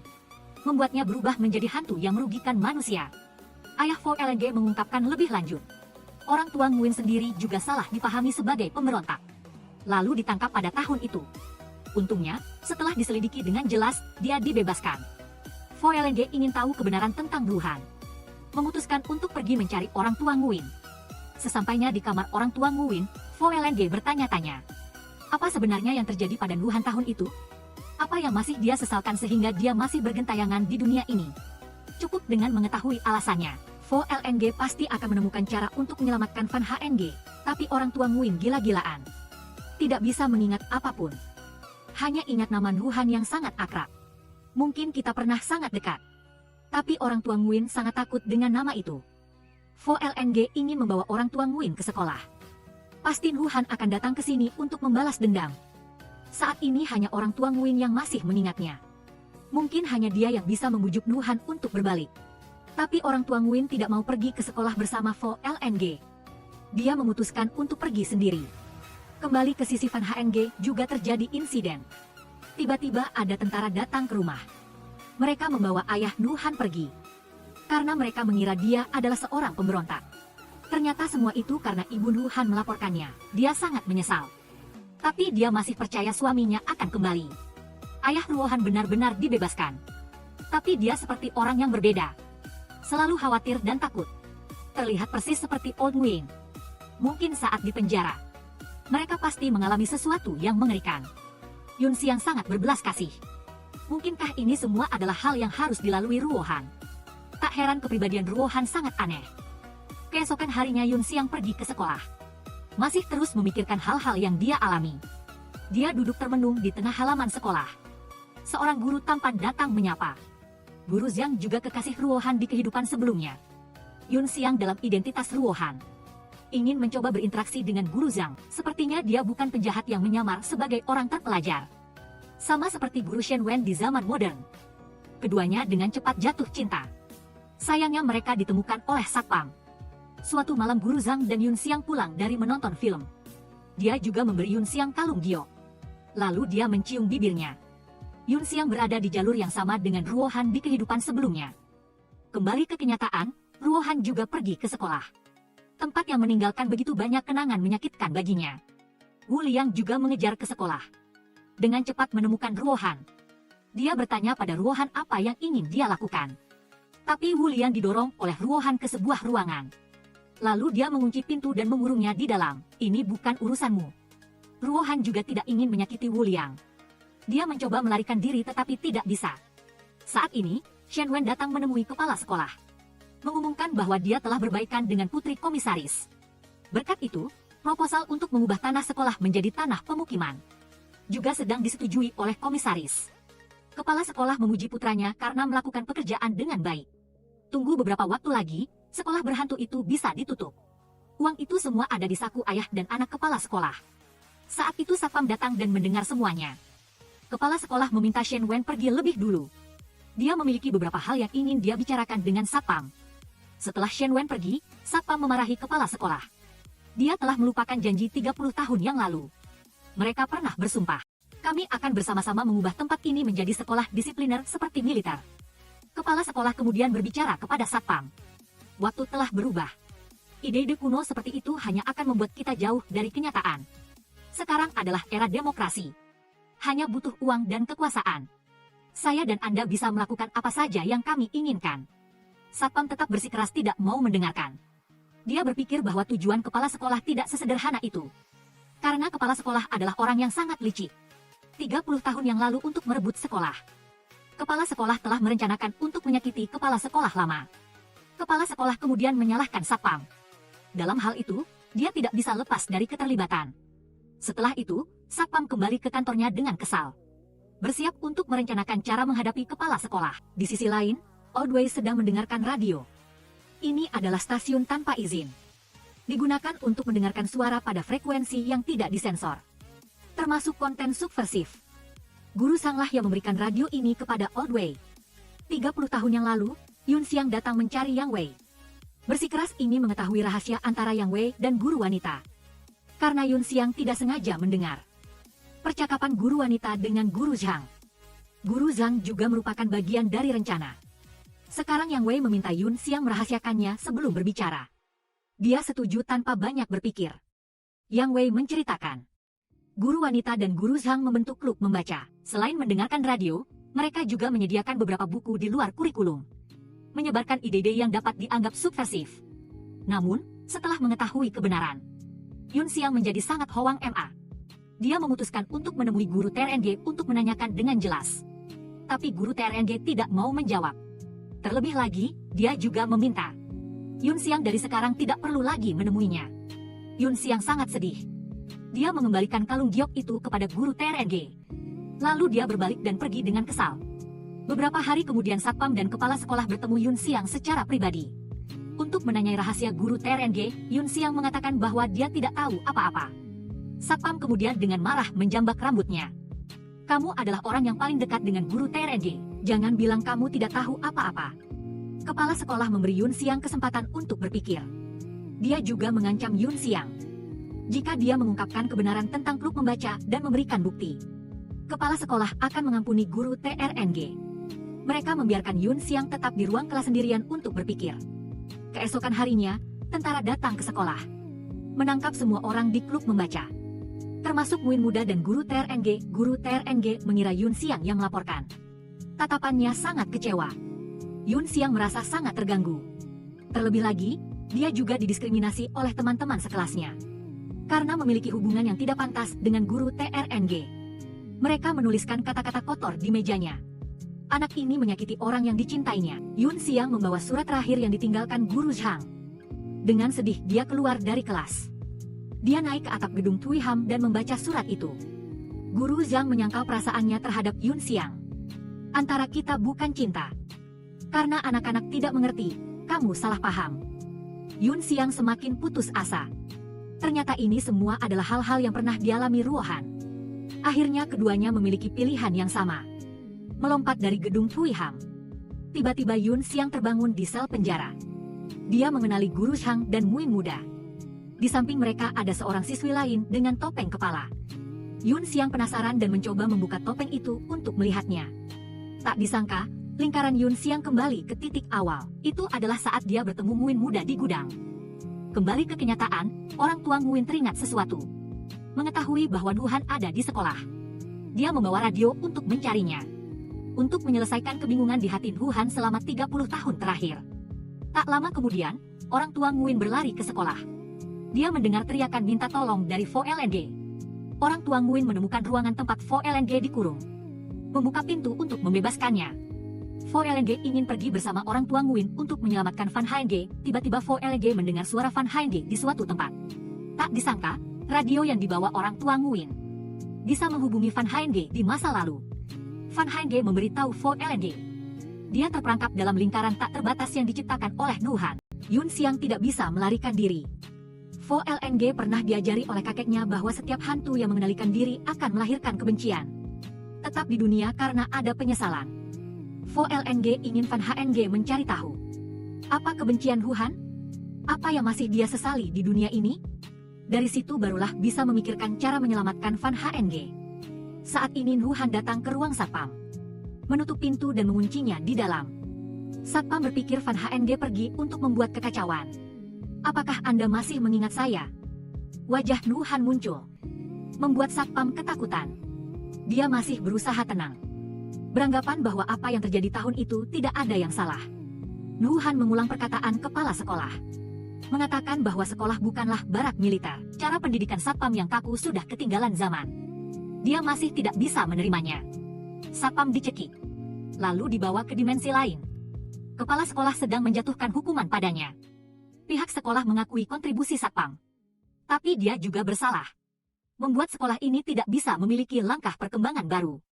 Oleh karena itu, kepala sekolah menyatakan hukuman mati untuk satpam. Orang-orang di bawah bertepuk tangan serempak. Melihat satpam digantung dengan tali. Sebelum meninggal, dia masih terus berpikir. Apa sebenarnya kesalahanku? Di sisi lain, pihak sekolah mengadakan acara perpisahan untuk satpam. Sudah waktunya dia pensiun. Agar kepala sekolah melaksanakan rencana baru. Tapi karakter utama masih belum muncul. Shen Wen meminta izin kepala sekolah untuk mencarinya. Setelah itu, Shen Wen menemukan satpam di ruang kelas. Dia pergi dan memanggilnya ke upacara. Tapi satpam menghilang tidak terlihat lagi. Sekarang, Nuhan muncul. Ingin membantu Van Haenge membalas dendam pada Shen Wen. Dia masih mencari cara untuk berdalih atas dosa dan kesalahannya. Nuhan menghapus semua panca indera di wajah Shen Wen. Agar dia tidak bisa mengucapkan kata-kata bohong. Shen Wen ketakutan dan jatuh ke tanah. Tapi dia juga tidak punya mulut untuk meminta bantuan. Tiba-tiba terdengar suara Van Haenge yang menasihatin Huhan untuk berhenti. Dia ingin Van Haenge terbebas dari bayang-bayang masa lalu. Untuk bereinkarnasi ke kehidupan lain. Keduanya kembali duduk bersama di atap gedung Tui Ham. Kali ini Van Haenge membuat pilihan yang berbeda. Kita tidak perlu melompat lagi. Van Haenge membawa Nuhan kembali ke penjara. Tempat dia diikat bersama guru TRNG dan Muin muda. Dari sini Van Haenge akan melepaskan simpul di hati Huhan satu persatu.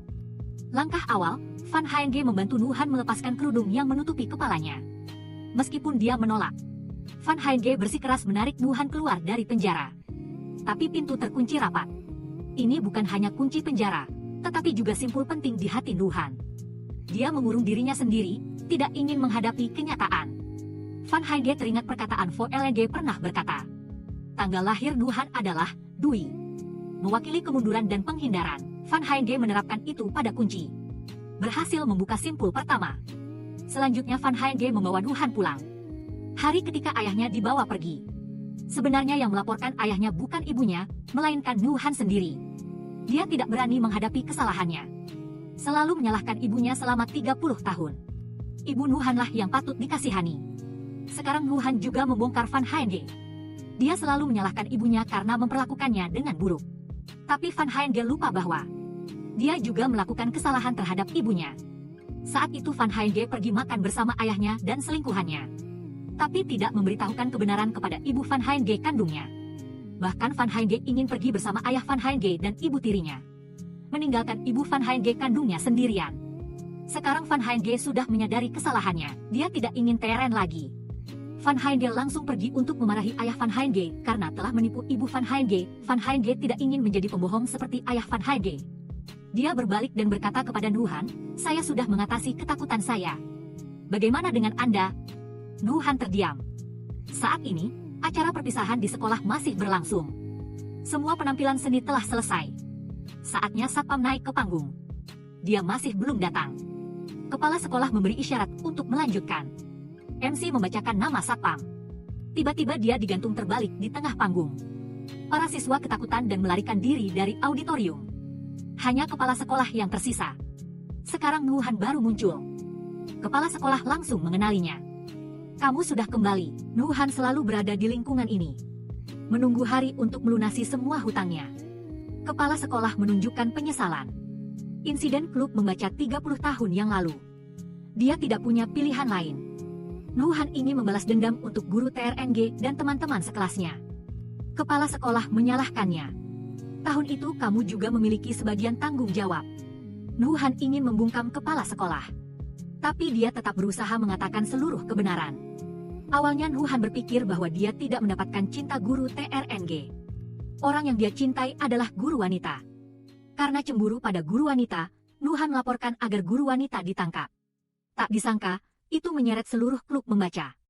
Inilah kebenaran yang tidak bisa diterima Nuhan. Nuhan membungkam kepala sekolah, langsung mematahkan lehernya. Kepala sekolah langsung meninggal. Akhirnya kebenaran tahun itu terungkap. Fan Henge menyarankan Nuhan untuk segera menerima, melepaskan masa lalu dan memulai dari awal. Dia masih keras kepala. Beranggapan dirinya dipaksa. Sampai kapan kau akan terus menghindar? Sebuah suara yang familiar terdengar di belakang Nuhan. Orang tua Nguyen bersama Vo Leng muncul. Nuhan tidak menyangka orang tua Nguyen masih hidup. Tahun itu orang tua Nguyen menyukai Nuhan. Untuk memenangkan hatinya, dia memberikan daftar siswa di klub membaca. Orang tua Nguyen juga memiliki sebagian tanggung jawab. Untungnya orang tua Nguyen dilindungi oleh guru TRNG, sehingga dia bisa melarikan diri dari penjara. Nuhan hanya bisa meminta maaf kepada orang tua Nguyen karena telah mengkhianati kepercayaannya. Maaf, saya tidak bisa merahasiakannya. Maaf juga karena telah memanfaatkan Anda. Sekarang orang tua Nguyen tidak lagi menyalahkan Nuhan. Guru TRNG juga tahu Nuhan adalah pelapornya. Berkat orang tua Nguyen yang memberinya surat. Selama 30 tahun tidak ada kesempatan untuk menyerahkannya secara langsung. Dalam surat itu, guru TRNG mengakui bahwa dia mencintai Nuhan. Tapi dia masih muda. Guru TRNG tidak bisa meminta Nuhan mengorbankan masa depannya. Segala sesuatu yang pernah kita alami, perasaan itu berasal dari lubuk hati yang paling dalam. Nuhan membaca surat itu dengan sangat sedih. Karena sejak awal dia salah paham tentang guru TRNG. Dia dan guru wanita tidak memiliki hubungan asmara. Fan Henge membawa Nuhan ke suatu tempat. Itu adalah saat guru TRNG dieksekusi. Dia menerima untuk melepaskan hidupnya. Untuk menemukan kebebasan dalam jiwanya, satu-satunya penyesalan guru TRNG adalah cintanya pada Nuhan tidak membuahkan hasil. Tapi jika dia bisa memilih lagi, dia tetap ingin bertemu Nuhan. Guru TRNG jatuh, membuat Nuhan dan Fan Henge tidak bisa menahan air mata. Guru TRNG juga mencapai cita-cita kebebasannya. Kembali ke kenyataan, Nuhan juga menerima kebenaran. Membuang kebencian di hatinya, dia dan Van Henge pergi ke Bunga Bakung. Bersama guru TRNG yang ditanam 30 tahun yang lalu, Nuhan ingin melihatnya untuk terakhir kalinya. Sebelum mengucapkan selamat tinggal pada dunia ini, Van Henge mengembalikan kalung giok kepada Nuhan agar dia selalu mengingat kenangan terindahnya. Van Henge juga ingin berterima kasih kepada Nuhan karena telah datang dalam hidupnya, membantunya melepaskan ketakutan di hatinya. Saat Nuhan bereinkarnasi, dia perlahan menghilang ke kehampaan, dan jalan selanjutnya harus dilalui Van Henge sendiri. Terima kasih telah menjadi bagian dari kenangan satu sama lain. Pada akhirnya, hal yang tidak bisa kita lepaskan adalah obsesi diri kita sendiri. Namun bagaimanapun juga, itu adalah bagian dari kenangan, mengubah obsesi menjadi kenangan tidaklah sulit. Yang perlu dilakukan adalah menemukan kebebasan dalam jiwa itu sendiri. Mencari keindahan dalam hidup itu sendiri akan membuat Anda menjadi orang yang santai dan tenteram. Begitu pula saat menjadi hantu, ini akan memudahkan Anda untuk bereinkarnasi. Terima kasih telah menonton film ini sampai selesai. Sampai jumpa di klip berikutnya.